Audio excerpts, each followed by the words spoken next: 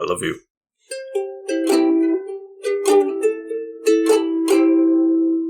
Welcome back to the Couch Potatoes, to the 30-something episode of the Disney playlist. 31st. The 31st right? episode. Doesn't seem right, does it? Because they just did like number 60 or 61, okay, so it's like they start pumping them out real fast, I guess. Well, I mean, animation got quicker, I think. That is true. Here we are with Aladdin, back in 1992. I am the Green Traveler from Gorsh, and update, my liaison with the government said that that part of the NDA is gone because most people already think that Gorsh is a joke, so it doesn't matter. I don't have to clarify that Gorsh is a joke. Most people think we're just kidding around, so that's perfect. It is real. No, yes. Right. I could say yes. It is real, folks. They're from Gorsh. It's lovely there. There's just really bad political systems. And I don't know why you chose here, to be frank. I didn't. It was a banishment. You don't get to choose where you're banished to. You're just banished. Is that right? I figured... Well, not in Gorsh, at least. Gorsh, I mean, some areas, like, if you look at, Earth people history, there are some that are... You do get banished to places. It does seem that way, Yeah. Yeah. I get that. You would think all of space and time I would have all the fucking opportunities I want, but no, they were just like, nope, there. Earth. I don't know. Primitive little Earth. Something to do with probing, I think. Some kind of joke. You can work that one out in your heads, Couch Potatoes. You can figure out what I'm talking about.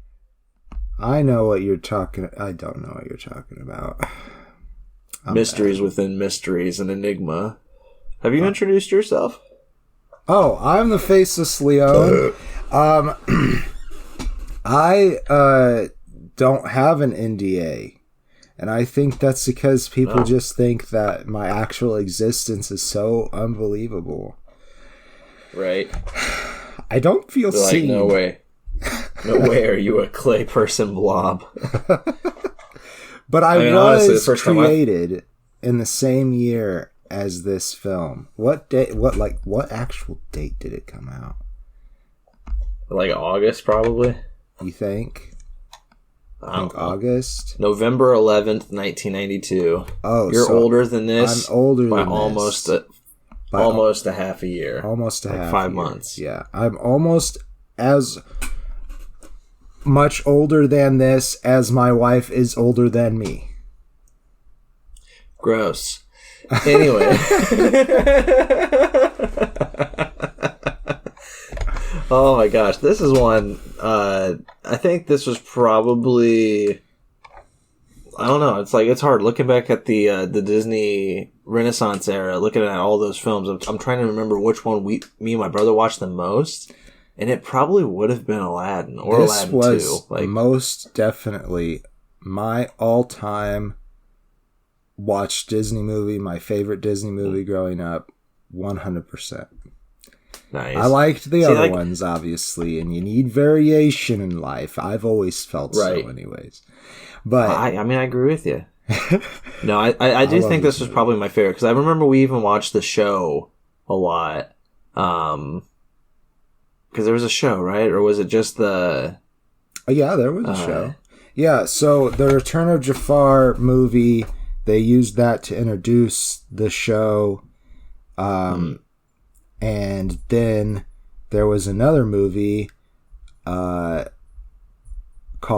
about Aladdin and the Prince of Thieves. Yes, where he meets his dad. Yeah, I remember that one because I remember watching that one when my mom was putting, like, I don't know why, I have a vivid memory of helping my mom put up the Christmas tree while that show, the Prince of Thieves was on, and me and my brother were trying to watch that while helping mom put up the Christmas tree.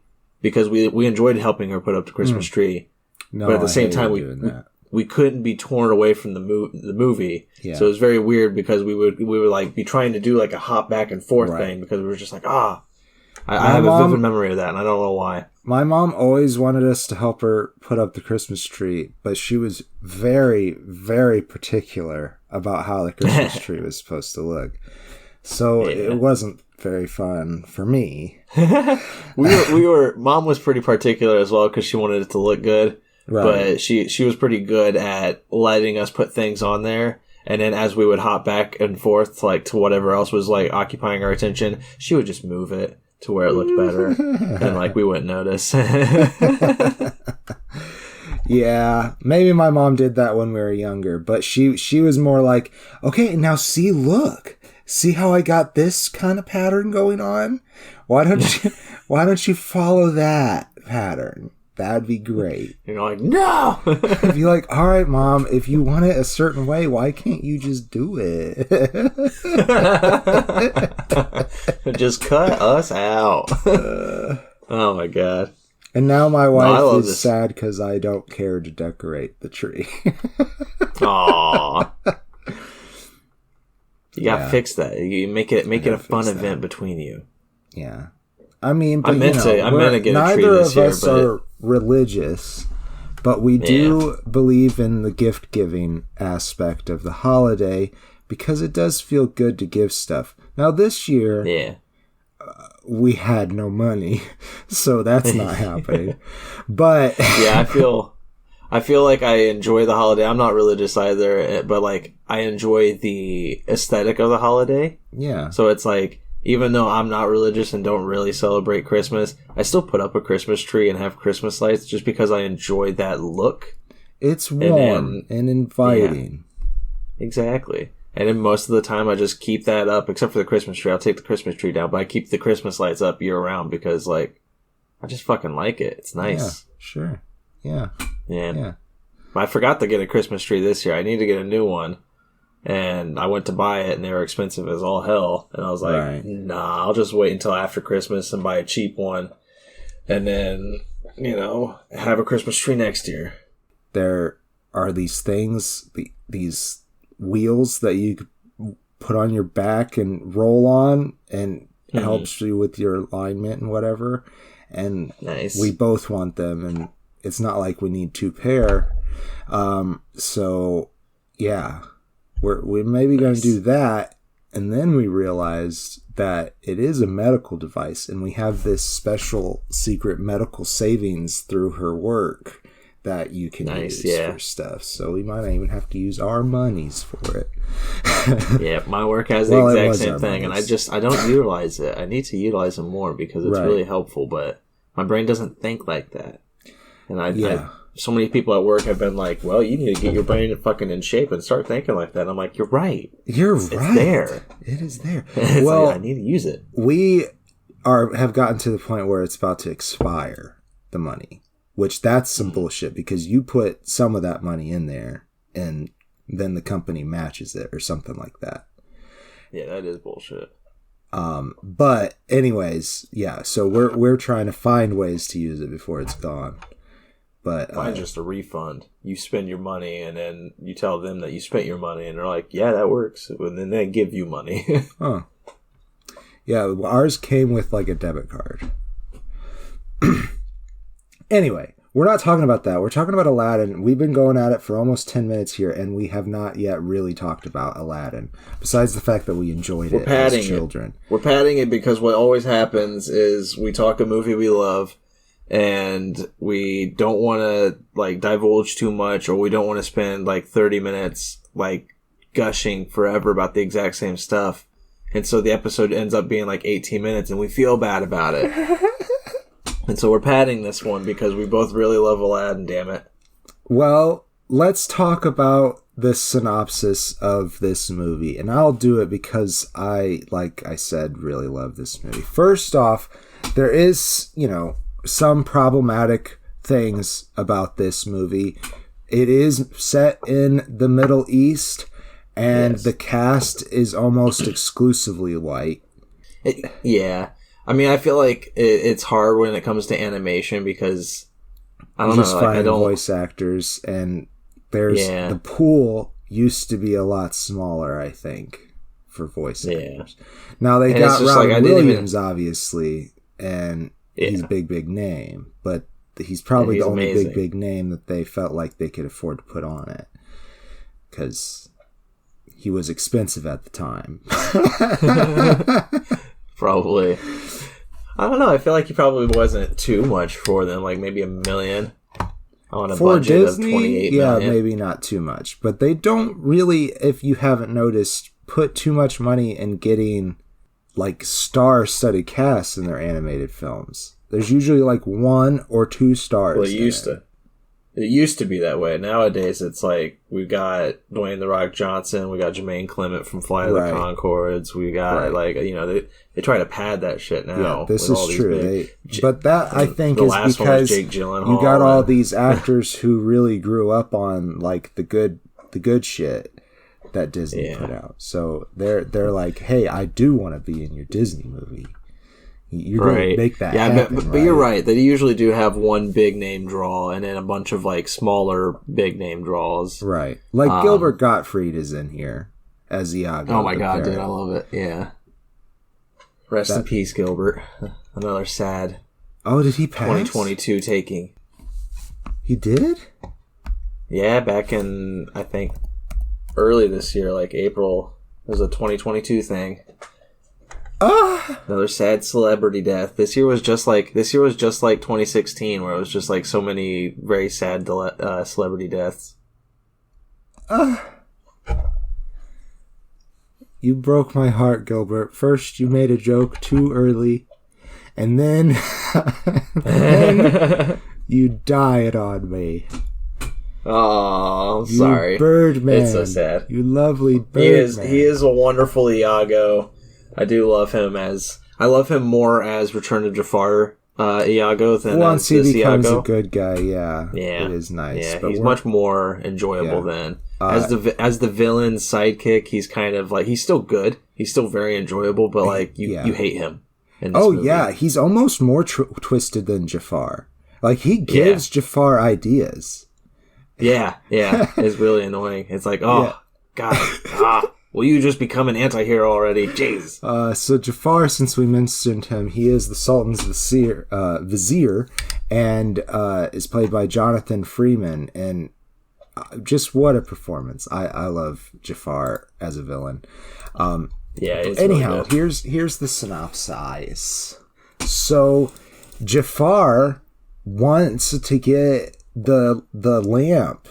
This movie is about Jafar and his quest for the lamp, the genie lamp that grants wishes. You find the genie and they give you 3 wishes, and then they go away. You might say that Avengers Infinity War is a direct inspiration from Aladdin. It takes a lot of inspiration from Jafar's journey. That's right. Yeah, yes. to get the lamp. To get it's for Thanos' journey to get the yes. So beautiful stuff. It's beautiful. So our protagonist Jafar, he gets this little guy. I think his name was like Gazim. I think that's right. But Adele Gazim? I don't think so. I think it was just Gazim. John Travolta was Jafar. So, go get me the lamp, Adele Gazim. So he sends this guy up to the Cave of Wonders.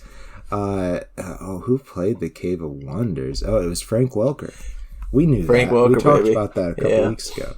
God, I love Frank Welker. So Scooby-Doo says... Scooby, I'm just imagining the Cave of Wonder being Scooby-Doo now. I know, right? The Cave of Wonders. Or just Fred. Yeah, or Fred. He says, "Gee, Velma, if you come inside, you better be the diamond in the rough." I do a significant amount of teamwork. So, anyhow, this guy, Gazim, goes in there, and he wasn't apparently the diamond in the rough. So now Jafar's quest is to find the diamond in the rough. Right. And then we bring in the MacGuffin of the story, the title character, Aladdin. Aladdin. I honestly, there's something about that bothers me is Jafar does a spell to find the diamond in the rough. Iago's running on a little machine. There's a lot of lightning. Yeah. It's a really cool scene. And, through a sand glass, he sees Aladdin. And it bothers me because he could have just done that. Like,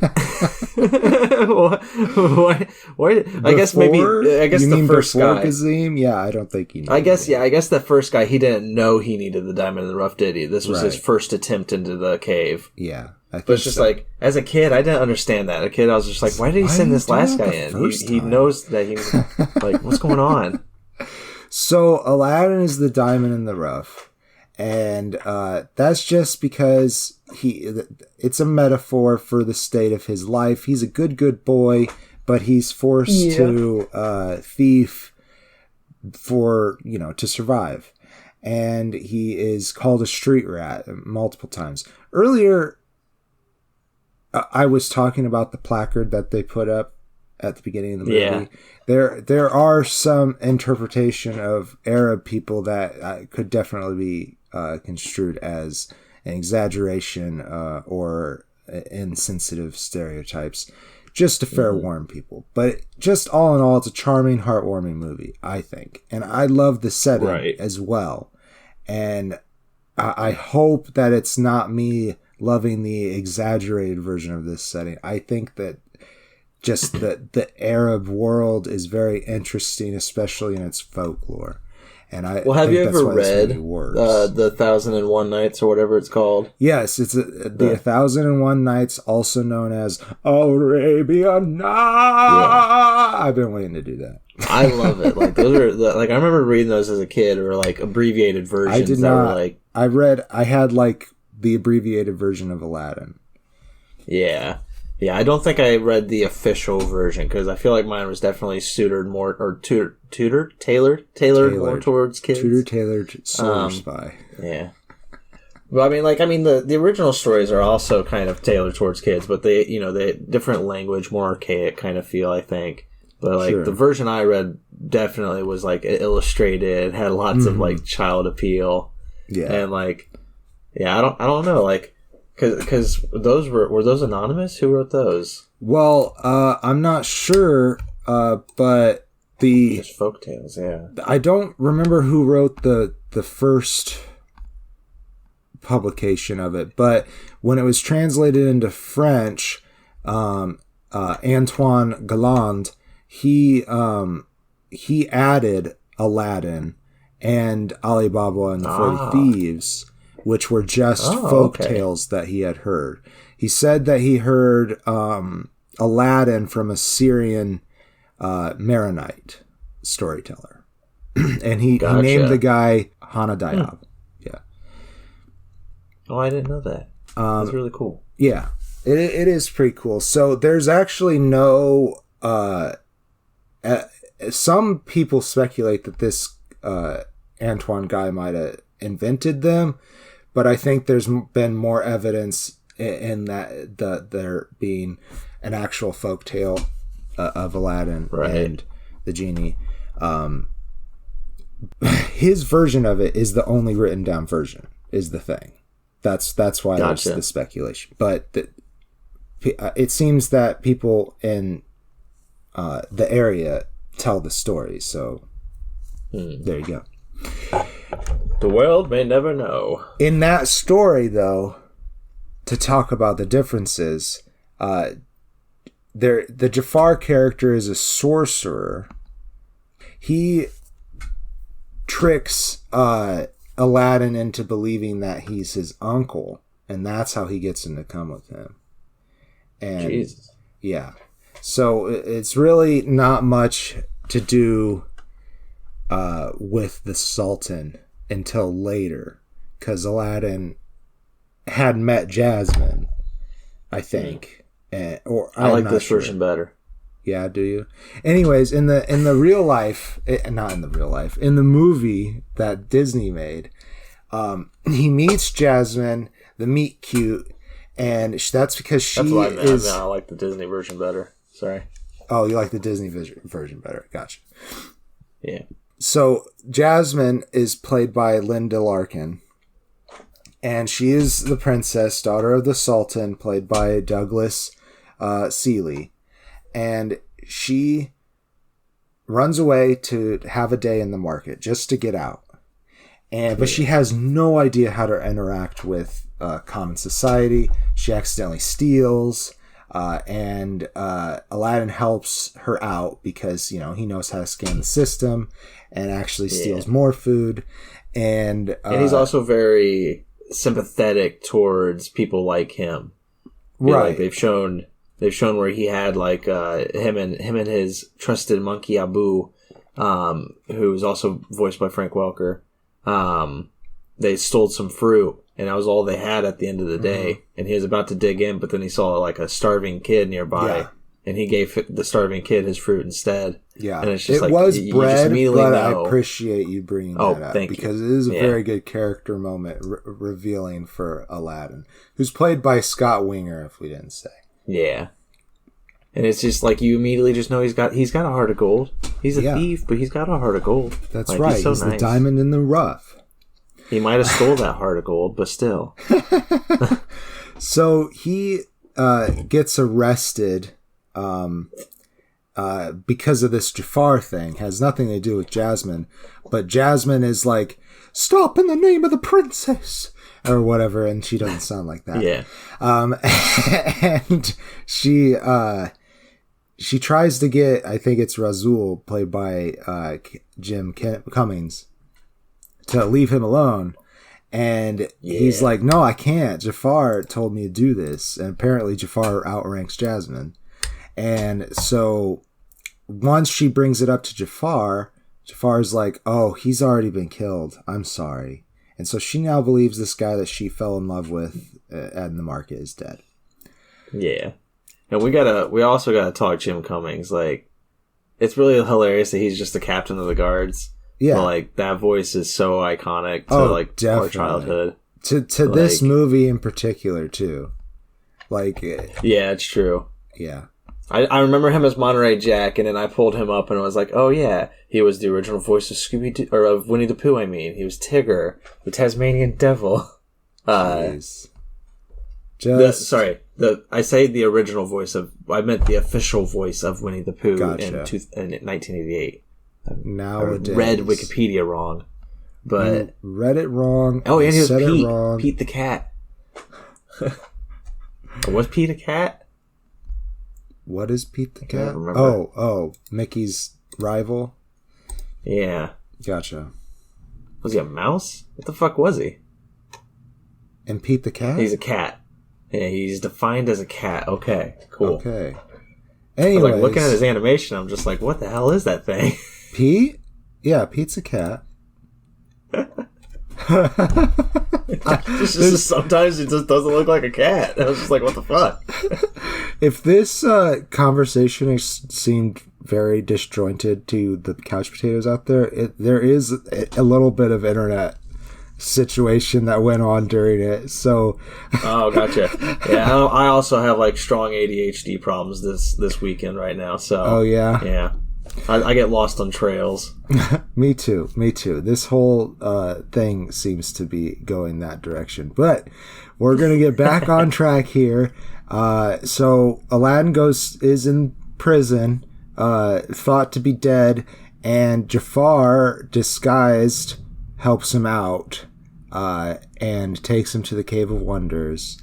And he gets the lamp, but Abu, Frank Welker, is too greedy and takes a big old jewel, tries to, and that sets off the curse, the melty curse of the Cave of Wonders, and they gotta escape the lava on the frying carpet that they found, and they don't, and Jafar tries to, that's because Jafar kicks them back down while trying to take the lamp from them. He thinks he gets it from them, but Abu steals it back. They rub it, and Robin Williams joins the cast with one of the best numbers. Oh yeah, all the numbers are great. All the numbers are hilarious. And I had the subtitles on this time, and oh my god, the things that you miss just from listening. Right, that's the nice thing about subtitles is you get more of the script that's like lost out just from the audio version of things. Because sometimes things are just too fast, and your brain just doesn't pick it up. But like literally rewatching this, like every fucking song was a bop. Like literally every single one. Fucking loved it. So I don't know if good. the kids still say bop. I don't know if They that's do. still a thing. I think so. If not, we're right on the tail end of it. They said it yesterday, damn it. They change so fast. They're growing up so quickly these days. But no, every single song was amazing. But once Robin Williams joins, the movie goes from being very enrapturing and enjoyable to crazy enrapturing and enjoyable. It it's just so much fun once he becomes a part of it. Robin Williams definitely made this movie, but the movie was already really good up to this point. Yeah, exactly. And he is the peddler at the beginning. So technically he opens up the show. Right. But and I always wondered Genie as a is the kid, character. I thought they were linked. I thought that it was the genie telling the story. Me too. I did. And I don't know if there's a conspiracy or if they just wanted to have Robin Williams voice multiple characters, but I always felt like there's something there. There's some kind of message or a secret. I always felt that way as well, and I am kind of surprised that I actually even picked up that it was Robin Williams as a kid, because at first when he started the character, I was like, oh, I always thought this was Robin Williams. And then he's like, no, wait, come back. And I'm like, oh, there he is. Yeah. There's moments where where he slips in there. Yeah. It's really good.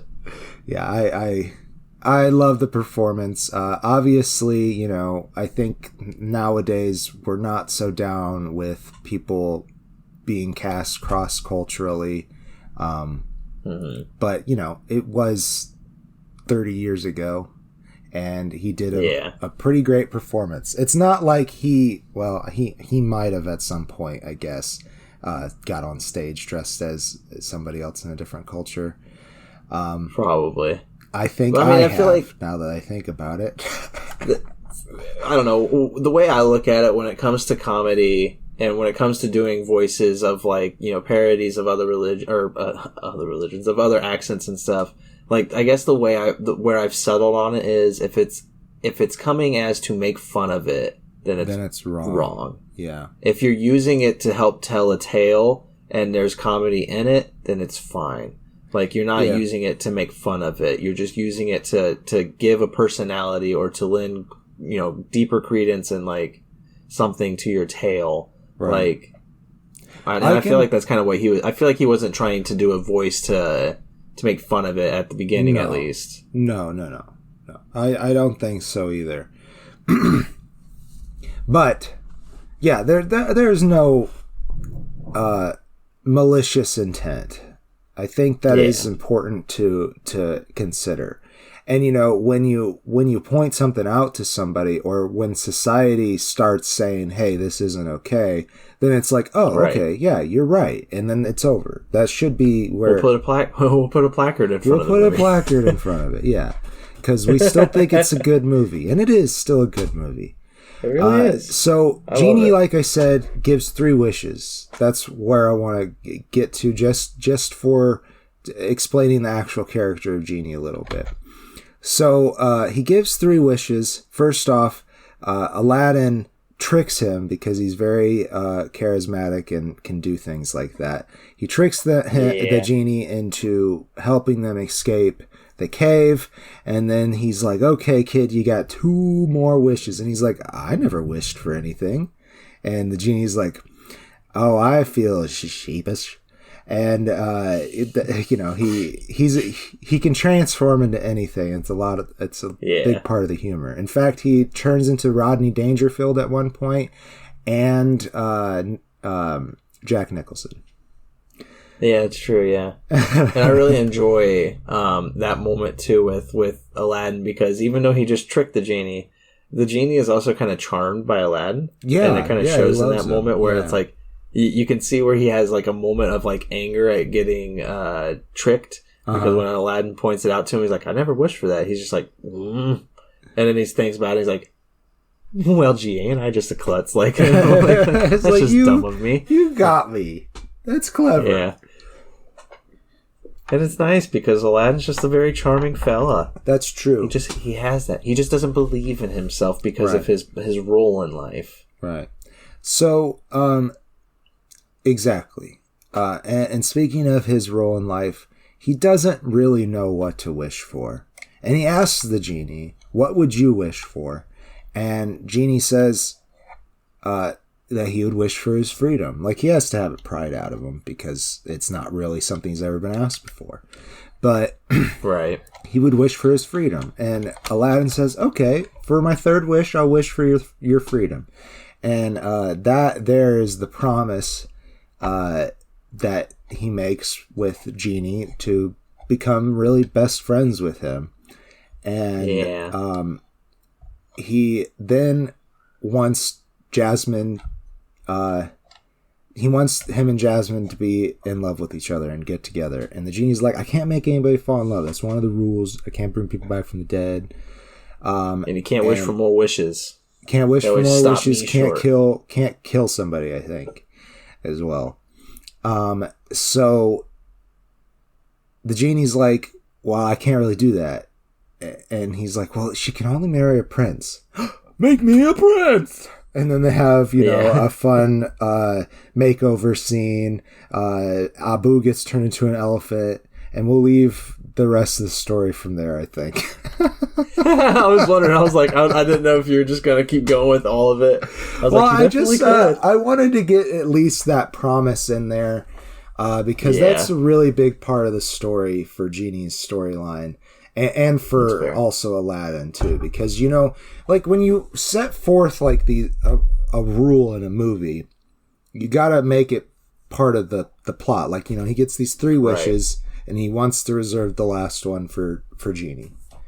And at the end, I really feel like he got ripped off, Aladdin, or he ripped himself off, because I'll say that there is a transfer of the genie lamp at some point in the movie. Mm-hmm. When he gets it back, shouldn't he have 3 wishes?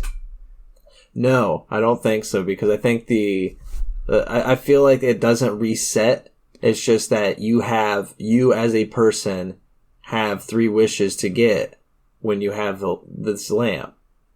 And if it's taken from you, that's on you for not having wished your 3rd wish. But if you ever come back into possession, you still have that availability. I don't think it's a reset thing. That's the way I feel about it. It's like, I don't think it resets. I feel like the genie is just like, no, you as a person, it's like when you're using a coupon at a store. It's like 1 coupon per person. All right. Like, like that kind of a thing. Like, okay, I see. All right. Well, I think that if I go to the Cave of Wonders twice, I should be able to have 6 wishes. If you collect another lamp from the Cave of Wonders, sure. Yeah. But not the same genie. It's got to be a completely different lamp and completely different genie. Oh, you're saying that genies have a max 3 wishes per intellectual and individual. Yeah.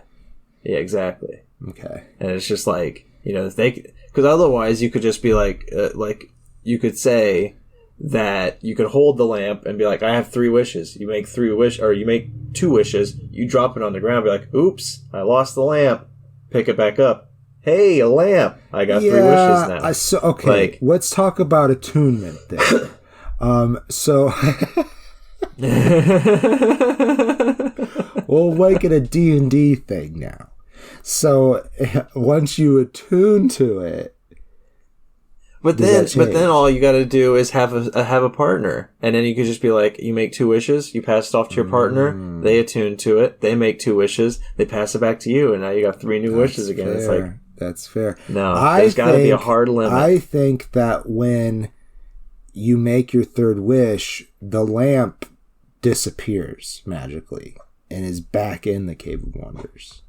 Yeah, and so you got to go back and get it. Like the scarab thing separates and flies away.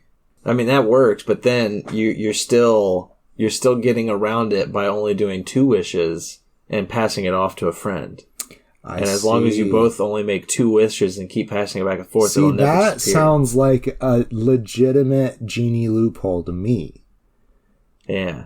Well, that's what I'm saying. That's why there's no loophole, because it's a hard set rule. in the Aladdin universe where you just, as a person, only get 3. This is in the animated series, you're saying. Yeah. I see. Well, I don't think it's ever mentioned. I think they just knew. I think the writers, I think it was just locked up in their heads, or maybe they had it written down in their hard notes and everything. Mm-hmm.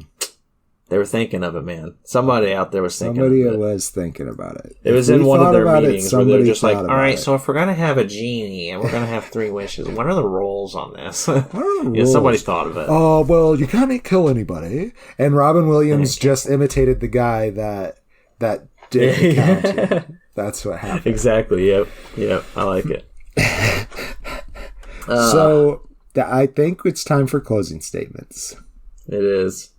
I love this movie. It was the highest grossing animated film for 2 years, and then Lion King beat it. We'll talk that soon. Yeah.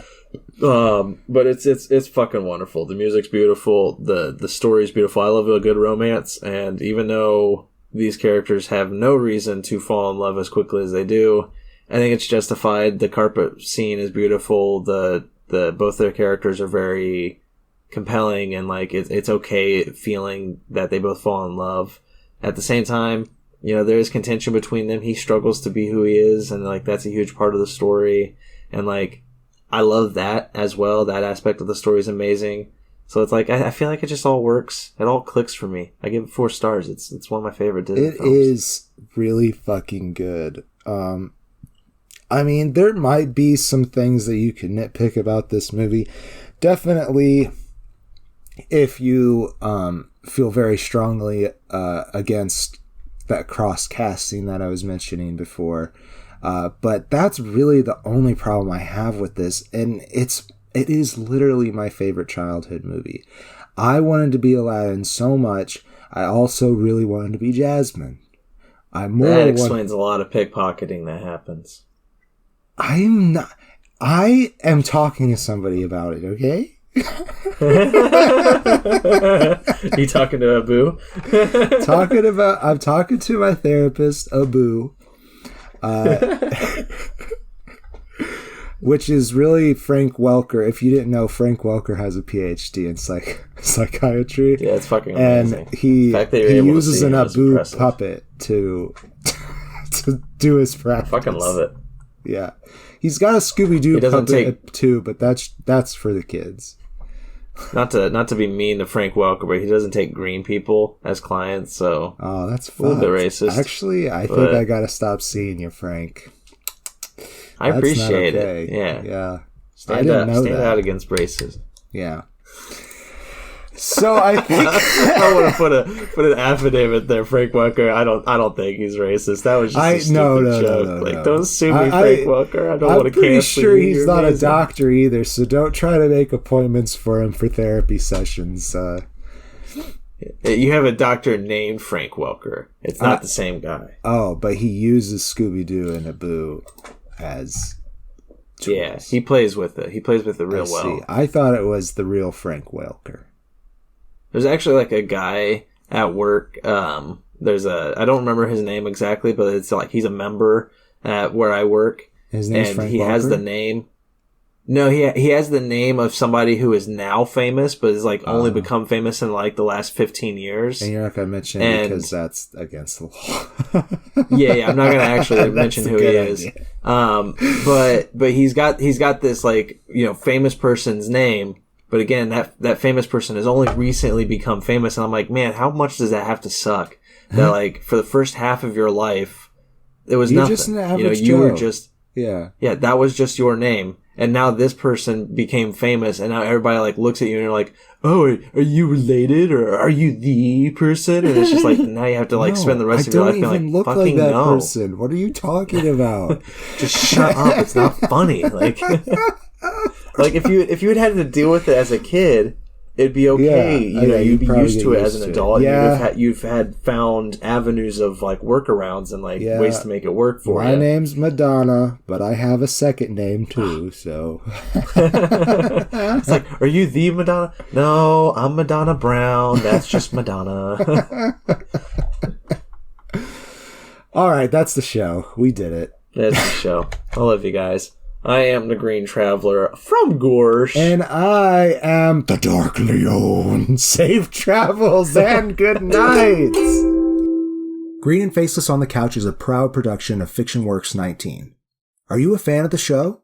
Feel free to contact us at greenandfacelessfans@gmail.com or visit our Patreon page at patreon.com/greenandfaceless. Don't forget to comment, like, and subscribe, or rate us on Apple Podcasts. Thank you so much for listening.